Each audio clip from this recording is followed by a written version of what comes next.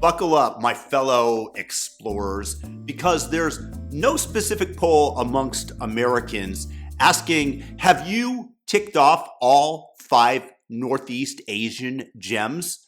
By which I mean the countries of China, Japan, South Korea, and Mongolia, and if you want to throw it in, the 5th, North Korea.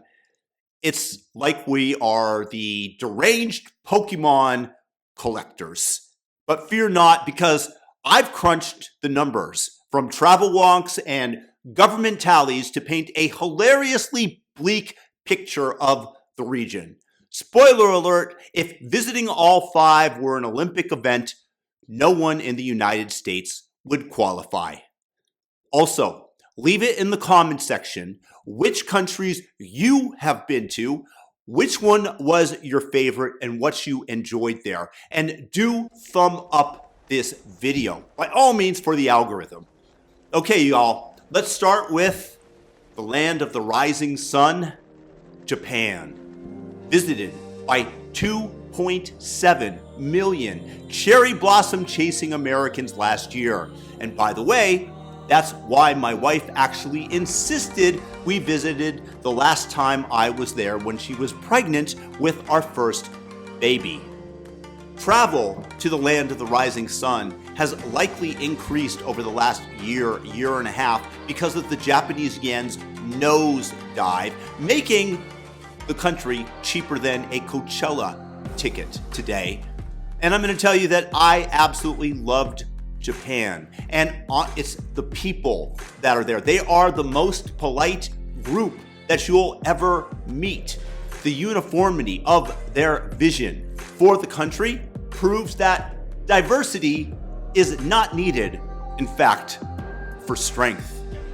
The taxi drivers are dressed to the nines and will welcome you into their car by opening the door for you with their white glove. We went to a baseball game in Tokyo, and after it was over, everybody cleans up after themselves. It's not the duty of the stadium workers to do that. It's everybody's duty. And to get to the game, a Japanese woman took 15 minutes of her own time to help us purchase the tickets from a kiosk that we had no idea how. Most of it was in Japanese, of course. Yes, I have to admit, it's definitely still more expensive than a ton of other countries around the globe, but it's a culture in and of itself, and it is well worth the visit. Now, over a lifetime, about 6 to 8% of all Americans will have made their way over to the country that we fought in World War II, that we are now strong allies with, and I highly recommend the trip. The second country on our list, one that you also don't need a visa to as an American, South Korea. Last year, 1.3 million, that's 0.38% of the US population, made their way over to Seoul. Mostly K-pop zombies and people looking to dance Gangnam Style in the deepest roots of the song.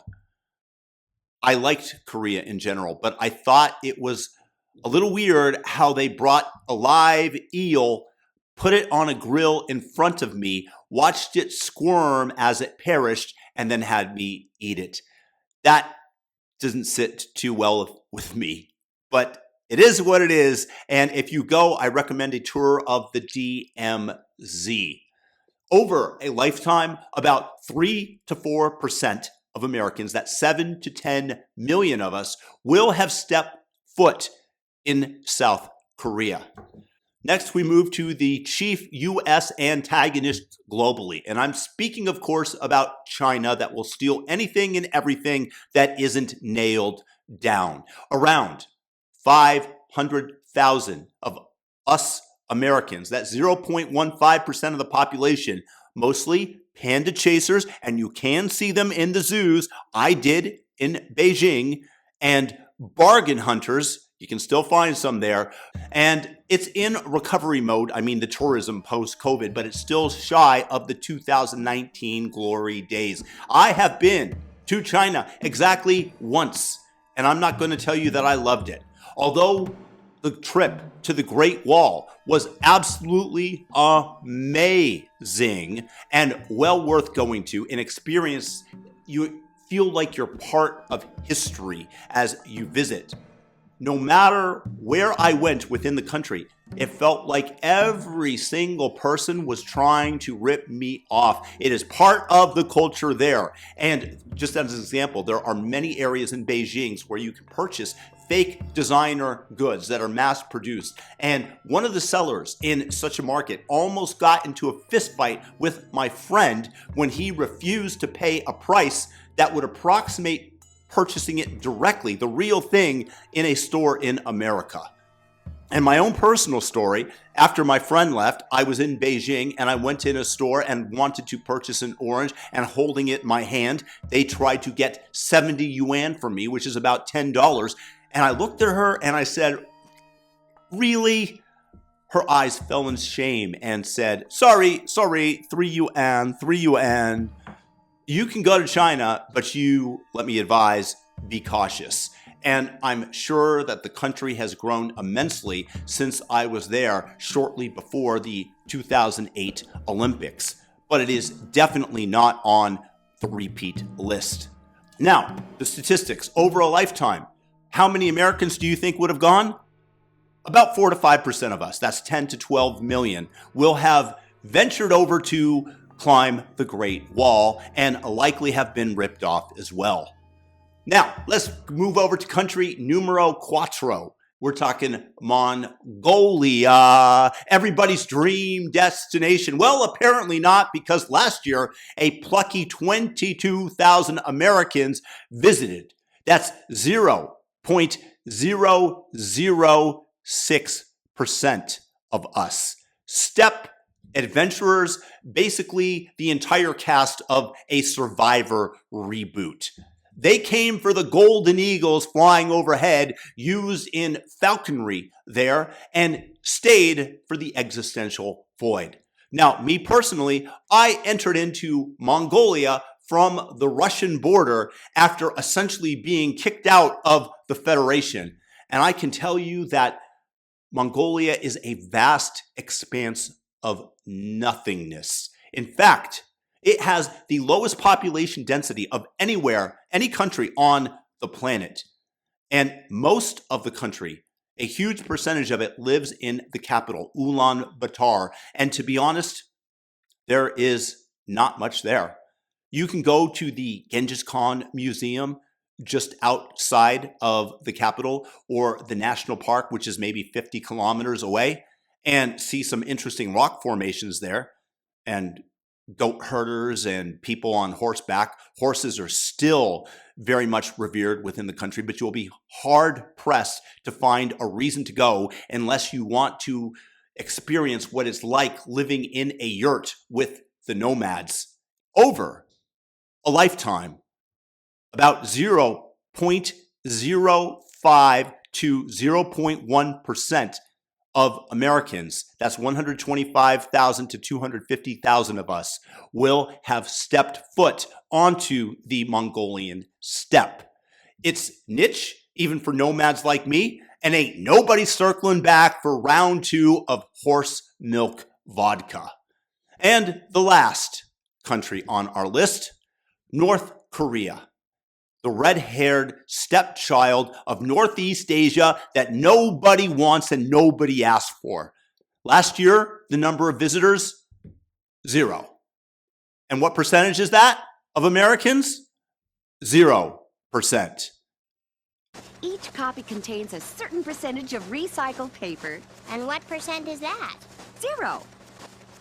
Zero's a percent. This is because Americans were banned from traveling there until at least 2026. Now, to answer your question, have I been there? This is the one country in the region that I find to be elusive, and also that I have zero desire to go to. However, should you go, there are very popular destinations that include whatever your minder and local propagandist tour guide allow you to see. There is no journey to see the very short, very much undernourished people North Koreans working in the gulags or the borders with armed guards shooting at dissidents who are trying to escape.